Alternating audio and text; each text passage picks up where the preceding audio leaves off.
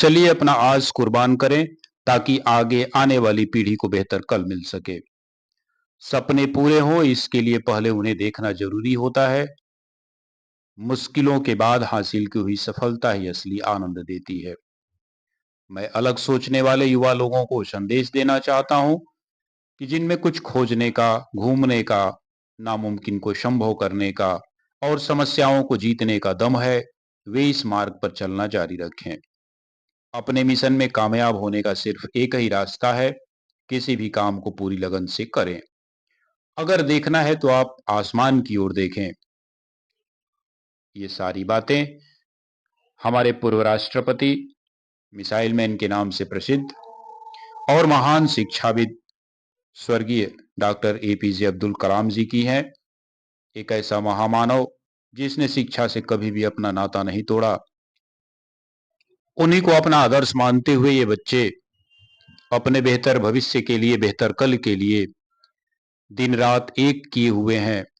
ग्रामीण परिवेश में ये एक ऐसा लाइब्रेरी जो बच्चों को वो सारी सुविधाएं दे रहा है कि आप आइए और अपना भविष्य जो है वो सुधारिए, अपने कल को जो है वो अच्छा करिए। इस ग्रामीण परिवेश में अगर किसी ने ऐसा सोच रखा तो उसके सोच को हम सलाम करते हैं, वो तारीफ के काबिल है। इन सैकड़ों छात्रों के लिए जिस किसी ने ये सुविधा दी, वास्तव में वो व्यक्ति जो है वो समाज के लिए कुछ सोचने वाला व्यक्ति है।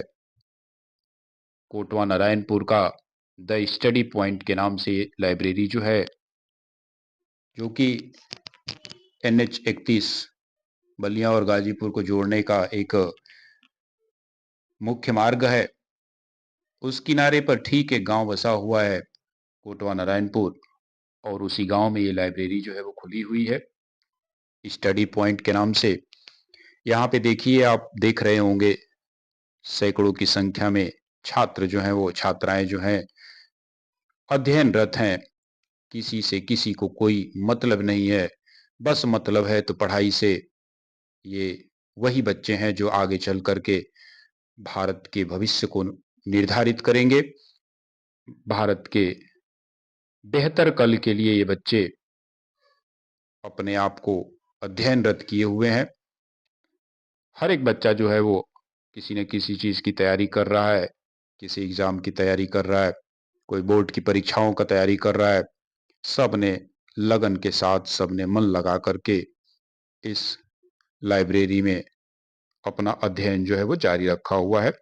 स्टडी पॉइंट के नाम से लाइब्रेरी है, कोटवा नारायणपुर की लाइब्रेरी, जिसके बारे में हम लोग पूरा समझने की कोशिश करेंगे। इस वीडियो को आप लोग अधिक से अधिक शेयर करिएगा ताकि उन बच्चों तक भी ये पहुंच सके जो अभी भी इस ग्रामीण परिवेश में कुछ अच्छा खोज रहे हो। अगर उन्हें अच्छा चाहिए, अगर उन्हें कुछ असुविधा हो रही है पढ़ने में, तो वो इस लाइब्रेरी में आ सकते हैं। नमस्कार, स्वागत है हमारे चैनल पर। कहते हैं कि हीरा को जितना तराशिएगा उतना ही उसमें चमक आती है। एक पत्थर पे जितनी छेनी हथौड़ी चलती है, वह मूर्ति आगे चल कर के उतना ही पूजनीय होता है, उतना ही लोगों में वह श्रद्धा और विश्वास का केंद्र बनता है। वैसे एक छात्र जब दिन रात मेहनत कर कर के अपने परिश्रम और लगन से एक अच्छे पद पे, एक अच्छी नौकरी पाता है, तो वह समाज में उतना ही सम्मान पाता है। आज ग्रामीण परिवेश में जहाँ लोगों के सामने अनेक परेशानियां हैं, बिजली की समस्या है और एक उपयुक्त माहौल का अभाव है, इस लाइब्रेरी में अभी हमारी उपस्थिति हुई है। यहाँ पे हम बच्चों को जब पढ़ते हुए देख रहे हैं तो हमें एक बहुत ही सुखद माहौल जो है वो प्रतीत हो रहा है। इसमें हम बच्चों से समझने की कोशिश करेंगे कि आखिर जो माहौल उनको चाहिए, क्या वो इस लाइब्रेरी में वो माहौल मिल रहा है। यहाँ देखिए, लाइब्रेरी में बच्चे इतना लगन के साथ, इतना मन लगा करके पढ़ रहे हैं कि इन्हें डिस्टर्ब करने का तो मन नहीं कर रहा था, लेकिन फिर भी हमारी कोशिश होगी कि कम से कम बच्चों को डिस्टर्ब किया जाए और उनकी बातों को उन बच्चों तक पहुंचाया जाए जो अभी भी इस लाइब्रेरी से, इस सुखद माहौल से अपरिचित हैं।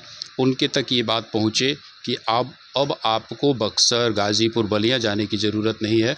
आपके अपने गांव में, अपने आपके पड़ोस के गांव में एक बहुत ही सुखद वातावरण वाला लाइब्रेरी जो है वो खुला हुआ है। यहाँ आप आइए और ये देखिए, ये बच्चे जितनी तन्मयता के साथ, जितना लगन के साथ ये पढ़ रहे हैं, उस माहौल में आप भी पढ़ाई कर सकते। मेरा नाम प्रतीक्षा वर्मा है। मैं बीएड डिग्री धारक हूँ और मैं नारायणपुर की रहने वाली हूँ। लाइब्रेरी से सबसे बड़ी जो फ़ायदे होती की बात होती है वो ये होता है कि हम गर्ल्स, खास करके गर्ल्स के लिए प्रॉब्लम हो जाती है कि घर पे जब हम स्टडी करते हैं तो कुछ ना कुछ काम ही रहता है, या फिर कोई कुछ ऐसा काम दे देता है, यहाँ जाना रहता है, वहाँ जाना रहता है, बहुत सारी डिस्टर्बेंस होती है। लेकिन लाइब्रेरी है तो ये है कि यहाँ पढ़ने का माहौल भी है और सभी बच्चे एक दूसरे के लिए प्रेरणा का काम करते हैं। सब एक दूसरे के लिए इंस्पिरेशन है, देख के ऑटोमेटिक अपने मन में ये आ जाता है कि हम भी पढ़ें। और सबसे बढ़िया बात है कि यहाँ कोई डिस्टर्बेंस नहीं है और लाइट वाइट की कोई समस्या भी नहीं है, क्योंकि ग्रामीण इलाके में सबसे ज़्यादा जो समस्या है वो लाइट की समस्या है। क्योंकि और कोई समस्या हो ना हो, लेकिन लाइट रहे ना रहे ये सबसे बड़ी बात हो जाती है, इसलिए ये सबसे अच्छा। इस बच्ची ने बहुत एक अच्छी बात बताई कि जब इनको घर में रहना होता है तो लोग इनको तरह तरह के काम जो है वो कहते हैं कि ये कर दो, वो कर दो। लेकिन जब जितने ही देर तक वो पढ़ती है, 2 घंटे, 4 घंटे, 5 घंटे, उस दौरान इन्हें कोई डिस्टर्ब करने वाला नहीं होता है। किस चीज़ की आप तैयारी कर रही हैं? मैं टीचर की तैयारी कर रही हूँ। चलिए, आपके भविष्य के लिए हमारे तरफ से बहुत ढेर सारी शुभकामनाएं। कुछ और बच्चे हमसे जुड़ेंगे, हम उनसे जानने की कोशिश करेंगे कि ये लाइब्रेरी वास्तव में, इसका माहौल मुझे देख करके लग गया कि सुखद माहौल है। वो सारी सुविधाएं हैं यहाँ पे, जो सुविधाएं एक बच्चे को पढ़ने के लिए चाहिए। इस बच्चे से हम ज़रा समझने की कोशिश करेंगे कि आखिर ये क्या पढ़ रहा है और इस लाइब्रेरी से इनको क्या लाभ है। देखिए, मेरा नाम है विकास चौधरी और मैं कोटवा नारायणपुर ग्राम सरायकोटा से निवास करता हूँ।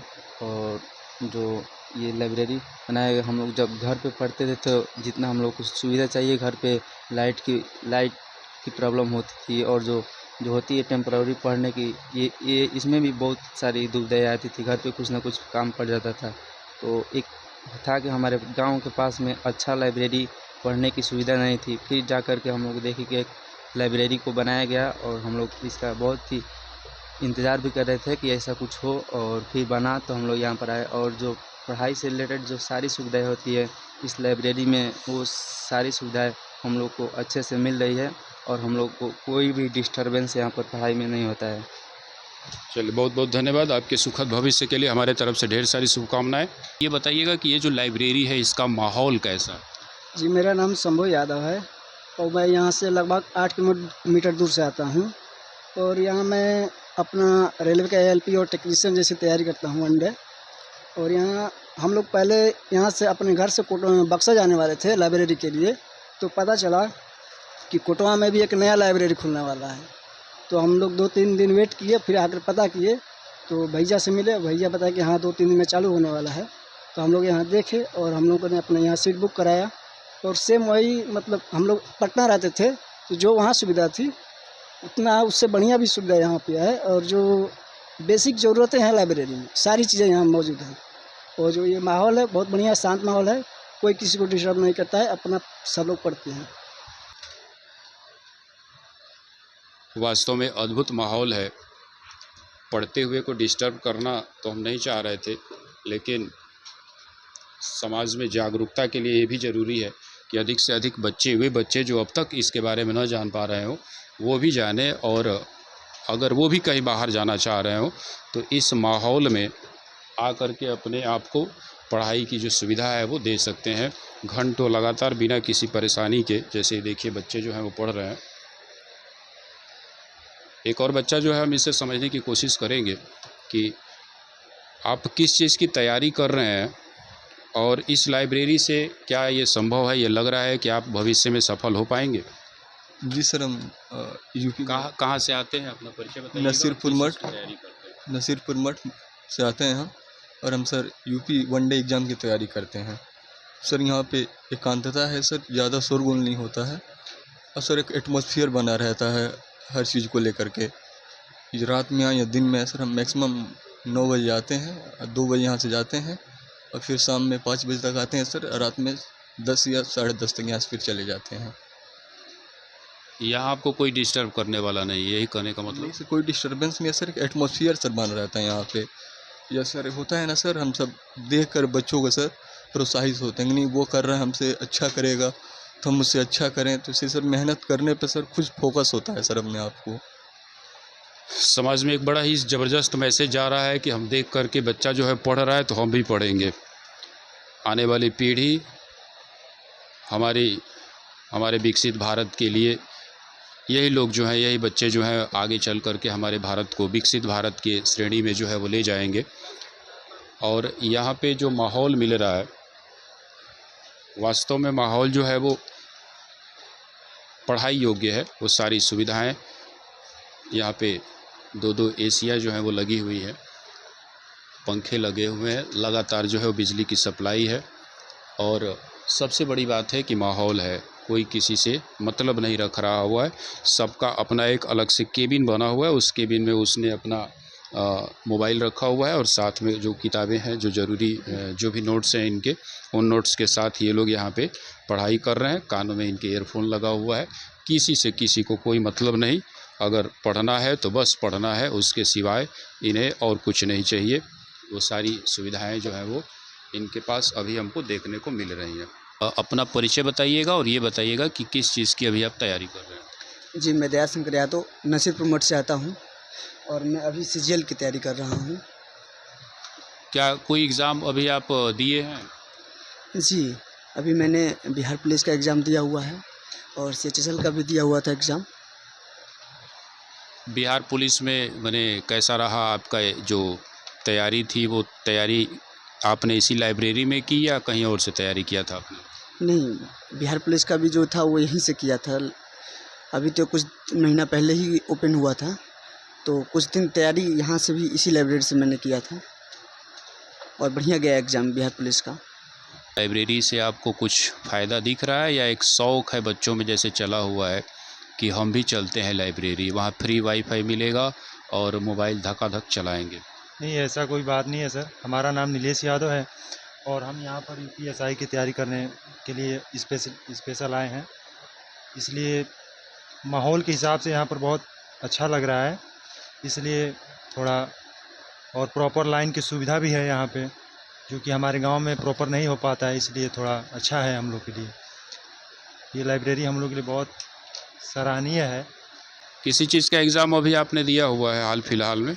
एग्ज़ाम तो हमने दिया, अभी यूपी पुलिस का जो आया था उसका हमने दिया और उसमें लग भी रहा है कि हो जाएगा ऐसा। परीक्षाएं कैसी रहीं? आपने जो परीक्षा रद्द हुआ था उसमें भी एग्ज़ाम दिया होगा और अभी भी आपने एग्ज़ाम दिया जैसा आप कह रहे थे। दोनों पेपरों में जैसे जो लीक हुआ था उसमें और जो अभी आप दिए हैं, उन दोनों पेपरों में क्या आपको कुछ अंतर दिखा? हाँ, बहुत अंतर दिखा। जो हमने पहले पेपर दिया था उसमें जो डिसीजन मेकिंग का आया था पुलिस से संबंधित कार्यवाही वाला, वो वाला क्वेश्चन बहुत ज़्यादा था, लेकिन इस वाले पेपर में वो एक भी नहीं था। ऐसा थोड़ा चेंजिंग देखने को मिला। अगली बार स्टैटिक जीके से भी क्वेश्चन बहुत ज़्यादा था, जो कि इस बार बहुत कम था यूपी पुलिस के एग्ज़ाम में। क्या आशा है कि रिज़ल्ट जल्द आपका घोषित होगा और आप इस लाइब्रेरी के बच्चों को भी मिठाई खिलाइएगा? हाँ, यही कोशिश है हम लोग का भी, और सरकार जितना जल्दी अगर रिज़ल्ट दे दे तो वही अच्छा रहेगा बच्चों के लिए, और क्या।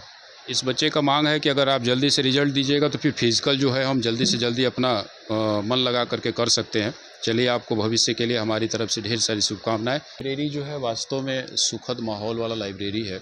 यहाँ पे देखिए, हम इसकी व्यवस्थाएं जो है आपको दिखाने की कोशिश करेंगे। पंखे लगे हुए हैं और उन जगहों पे जहाँ पे बिजली की लगातार जो है वो किल्लत है, बिजली की लगातार जो है समस्याएं आ रही हैं, इन बच्चों को अगर पढ़ाई वाला माहौल दिया जाए तो ये बच्चे ही आगे चल कर के भारत का भविष्य जो है वो निर्धारित करेंगे।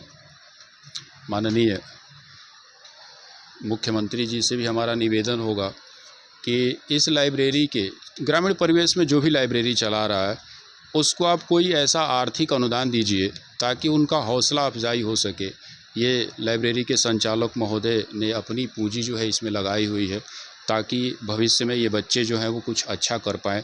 और हमारा आपसे यही निवेदन होगा कि आप इन लाइब्रेरी के संचालक लोगों को कुछ न कुछ अनुदान तो आप अवश्य दीजिए, ताकि ये बेहतर व्यवस्था जो सरकार नहीं कर पा रही है वो ये लाइब्रेरी के संचालक लोग कर रहे हैं। अभी तो मेरा एग्ज़ाम होने वाला है एसएससी का, मैंने भरा स्टेनोग्राफर का, जो अभी दिसंबर में गया है, वो होने वाला है 10 दिसंबर से लगभग। हमें जैसा कि पता चला कि आप सिविल की तैयारी कर रहे हैं, तो क्या आप उन बच्चों को टक्कर दे पाइएगा जो इलाहाबाद में रह करके या दिल्ली में रह करके बड़े बड़े महानगरों में रह करके तैयारी करते हैं? कोशिश तो सर कर ही सकते हैं ना, कोशिश करने में क्या रखा है। कोशिश तो हम अपनी जान से भी ज़्यादा करेंगे, अगर हो जाएगा तो अच्छा है, क्योंकि हम फर्स्ट अटेम्प्ट में ही करना चाहेंगे हर चीज़ को। सर मेरा नाम रामजी राम है। सर मैं एलपी का तैयारी कर रहा हूँ। लाइब्रेरी से हम लोग को ये फ़ायदा हो रहा है कि घर पे थोड़ा माहौल भी ऐसा नहीं बन पा रहा है, इसमें माहौल बहुत अच्छा मिल रहा है। 8 घंटा 10 घंटा हम लोग इसमें अच्छे ढंग से तैयारी कर ले रहे हैं। इनका कहना था कि माहौल इनको अच्छा मिल रहा है, और इनसे हम समझेंगे कि आखिर क्या शहरों में जो माहौल मिलता होगा बच्चों को, वैसे माहौल आपको यहाँ पे मिल पाएगा? वैसा माहौल सर नहीं मिल पाएगा, बट यहाँ घर का जो सिचुएशन है, जैसे फैमिली है, भीड़ भाड़ से यहाँ शांत माहौल रहता है। बच्चे ऑनलाइन से जुड़े हुए हैं, और ऑनलाइन में क्या होता है कि शांत माहौल के चलते यहाँ पे आके लाइब्रेरी में अपना फ़ायदा उठा सकते हैं। 10 घंटा ऑनलाइन पढ़ाई जो है वो आने वाले समय में, आने वाले भविष्य में क्या सब कुछ ऑनलाइन पढ़ाई से ही संभव होगा? क्या वो लोग जो विद्यालयों में या कोचिंग सेंटरों में जो ऑफलाइन पढ़ाते हैं, उनके बदले में ऑनलाइन आप कहाँ देखते हैं कि ऑनलाइन उनके सामने कितना टिक पाएगा जो ऑफलाइन पढ़ाते हैं उनके सामने? सर ऐसा है कि सबका स्थिति एक समान नहीं है। घर के लोग कुछ स्थिति के चलते बच्चों को बाहर नहीं भेज पाते हैं पढ़ने के लिए, तो उनको किसी न किसी तरह से यहीं पे मेंटेन करना पड़ता है। इस बच्चे ने बहुत बड़ी बात कही कि ऑफलाइन की सुविधा जो है वो बड़े बड़े शहरों में ही है, अगर सिविल की तैयारी करना है तो गाँव में संभव नहीं है। लेकिन उन ऑफलाइन कोचिंगों में जाने के लिए उनको या तो घर से अपना आर्थिक स्थिति अगर मजबूत हो तब वो जा पाएंगे, या अगर कोई उनको विशेष तरीके का सहायता मिले, अनुदान मिले, तब जा कर के वो उन बड़े बड़े कोचिंग सेंटरों में जो ऑफलाइन पढ़ाते हैं वहाँ पे आप अध्ययन कर पाइए। चलिए, बहुत बहुत आपको धन्यवाद। हमारे तरफ से ढेर सारी शुभकामनाएं आपके भविष्य में। धन्यवाद सर। अभी हमारी उपस्थिति स्टडी पॉइंट लाइब्रेरी जो कि कोटवा नारायणपुर में है, और इस NH 31 के ठीक किनारे इनकी लाइब्रेरी जो है वो स्थित है। यहाँ के संचालक महोदय से हम समझने की कोशिश करेंगे कि आखिर इनके मन में कौन सा ऐसा विचार जो है वो आता है कि लाइब्रेरी जो है वो खोल दिया जाए, और इस लाइब्रेरी को चलाने में इनको कौन कौन सी परेशानी, कितने इनको संघर्ष करना पड़ा, ये हम आपसे समझने की कोशिश करेंगे। अपना परिचय बताइएगा और ये बताइएगा कि कौन कौन सी आपको समस्याएं जो हैं वो आती हैं अभी भी लाइब्रेरी में। पहले बहुत बहुत मैं आपका आभार व्यक्त करता हूं कि जो आप हमारे लाइब्रेरी में आए। मेरा नाम दीपक यादव है और मैं सरायकोटा कोटवा नारायणपुर का निवासी हूं। सबसे पहले मैं अपना परिचय बताते हुए करता हूं कि मैं अभी ग्रेजुएशन से पास आउट हुआ हूं और वनडे एग्ज़ाम की तैयारी करता हूं, और हाल ही में मेरा 1-2 एग्ज़ाम क्लियर हुआ है। तो बहुत संघर्षपूर्ण रहा है मेरा। जैसे मैं कभी कभी गांव पर आता था तो वैसा वातावरण नहीं मिल पाता था पढ़ने के लिए, तो मुझे जाना पड़ता था, बक्सर जाना पड़ता था लाइब्रेरी के लिए, तो बहुत संघर्ष करना पड़ता था और वैसा वातावरण भी नहीं हो पाता था। पैसा भी बहुत ज़्यादा लगता था, टाइम का भी बहुत वो होता था। और आज के ज़माने में चाहे हर एक स्टूडेंट समझता है कि एक समय का महत्व एक स्टूडेंट समझता है कि एक एक मिनट का महत्व। तो वही देखते हुए मैंने सोचा कि क्यों ना गांव में एक लाइब्रेरी खोला जाए। बहुत बड़ी बात आपने कही। एक विद्यार्थी के लिए उसका समय ही सब कुछ होता है। अगर उसको 2 घंटे 4 घंटे 5 घंटे की तैयारी करना है, कहीं पे लाइब्रेरी ही जाना है, तो उसको या तो गाजीपुर जाना होगा, बलिया जाना होगा, या बक्सर जाना होगा। तो उसका बहुत सारा समय जो होगा, घंटों का समय जो होगा वो आने और जाने में उसका व्यतीत हो जाएगा और उसके साथ तमाम तरीके की परेशानियां जो है भी उसको झेलनी पड़ेंगी। हो सकता है कि उसको साधन न मिले तो घंटों इंतज़ार करते रह जाए साधन के लिए। आपने एक छात्र होने के नाते जब आपने उस परेशानी को झेला तो यह निर्णय कर लिया कि क्यों न यहाँ पे लाइब्रेरी जो है वो खोल दिया जाए। चलिए, लाइब्रेरी आपने खोला, लेकिन इसको चलाने में आपको कौन सा संघर्ष जो है, कौन सी परेशानी जो है, उस परेशानी का सामना आपको करना पड़ रहा है? सबसे पहले तो कोई भी अगर हम धंधा स्टार्ट करते हैं, कोई भी धंधा स्टार्ट करते हैं तो उसके लिए इकोनॉमिकल कंडीशन से गुजारना पड़ता है। उससे तो कुछ होता नहीं है। पहले तो पैसा चाहिए। तो हम ये कहे, पापा से बोले कि हमें कुछ रोज़गार चाहिए, हमें लाइब्रेरी खोलना है। तो पापा बोले कि उसके लिए तुम लाइब्रेरी खोल के क्या करोगे, पहले पढ़ो लिखो, तुम अभी पढ़ना लिखना है तुमको। तो हम बोले कि नहीं, हम पढ़ लिख लेंगे, लेकिन उसके लिए कुछ हम चाहते हैं कि हम लड़कों के लिए करें। देख रहे हैं कि बहुत तंगी है, इधर उधर लड़के जा रहे हैं। तो पापा बोले कि ठीक है। तो उससे पापा से कुछ सोचे कि पैसा वैसा ले लें। तो फिर हम अपना स्टार्ट किए लाइब्रेरी बनाना। तो स्टार्टिंग में तो हम बजट अपना लेके चले थे कि हाँ इतने में हो जाएगा, लेकिन जब बनाना स्टार्ट किए तो धीरे धीरे बजट बढ़ना स्टार्ट हुआ। उसके बाद मैं काम बंद हो गया था बीच में, लेकिन फिर बीच में फिर पैसा इधर उधर से लेके फिर कैसे भी काम जारी कराया। माननीय मुख्यमंत्री जी और माननीय प्रधानमंत्री जी, आपसे हमारा अनुरोध है कि आप लोग कहते हैं कि हम युवाओं को बिना ब्याज के लोन देंगे। आपके सामने एक ऐसा बच्चा जो है वो बैठा हुआ है जिसने अपने लिए और साथ साथ उन समाज के सैकड़ों हज़ारों बच्चों के लिए एक लाइब्रेरी का सोच रखा और लाइब्रेरी खोला, जिसके सामने आर्थिक समस्या जो है, कोई भी गार्जियन इस ग्रामीण परिवेश में ऐसा नहीं है कि उसके पास पैसों का पेड़ है या पैसों का गोदाम है जिसमें से पैसे निकाल करके वो दे दे। आप अनुदान दीजिए, ऐसे लोगों को आगे बढ़ाइए जो समाज के लिए कुछ करना चाह रहे हैं।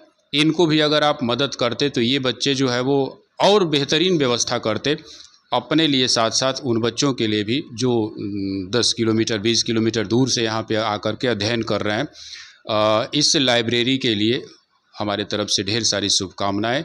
और ये एक बात ज़रा बता दीजिएगा कि कितने शिफ्टों में आपकी लाइब्रेरी चलती है और एक साथ कितने बच्चे जो हैं वो यहाँ पे बैठ सकते हैं? जी, हमारी लाइब्रेरी सुबह 7 बजे सुबह स्टार्ट हो जाती है और पहला शिफ्ट 7 बजे से 1 बजे तक चलता है और 1 बजे से फिर दूसरी शिफ्ट 1 से 7 चलती है। दूसरी शिफ्ट शाम को 7 बजे तक। फिर अगर कोई इच्छुक छात्र है, अगर वो पढ़ना चाहता है तो शाम से 7 बजे से फिर अपना 12 बजे रात तक। एक साथ अधिकतम कितने लोग बैठ सकते हैं? एक साथ 90 लोग की बैठने की व्यवस्था है। एक साथ 90 लोगों की व्यवस्था। एक ऐसा माहौल जिसमें 90 बच्चे एक साथ अगर पढ़ना चाहें तो इस लाइब्रेरी में आप आ सकते हैं। यह लाइब्रेरी NH 31 के ठीक किनारे कोटवा नारायणपुर गांव, सरायकोटा। और जो दूर के बच्चे होंगे उनके लिए ये सलाह होगा कि अगर आप बलिया गाजीपुर बॉर्डर पूछते हुए आएँ तो कोटवा नारायणपुर एक गांव है जहां पे ये लाइब्रेरी सड़क के किनारे ही आपको मिलेगी। हमारे तरफ से आपको ढेर सारी शुभकामनाएं। आपका उज्जवल भविष्य, जिस सोच के साथ आपने इस लाइब्रेरी को खोला उसमें आप सफल होइए। बहुत बहुत धन्यवाद। ठीक, बहुत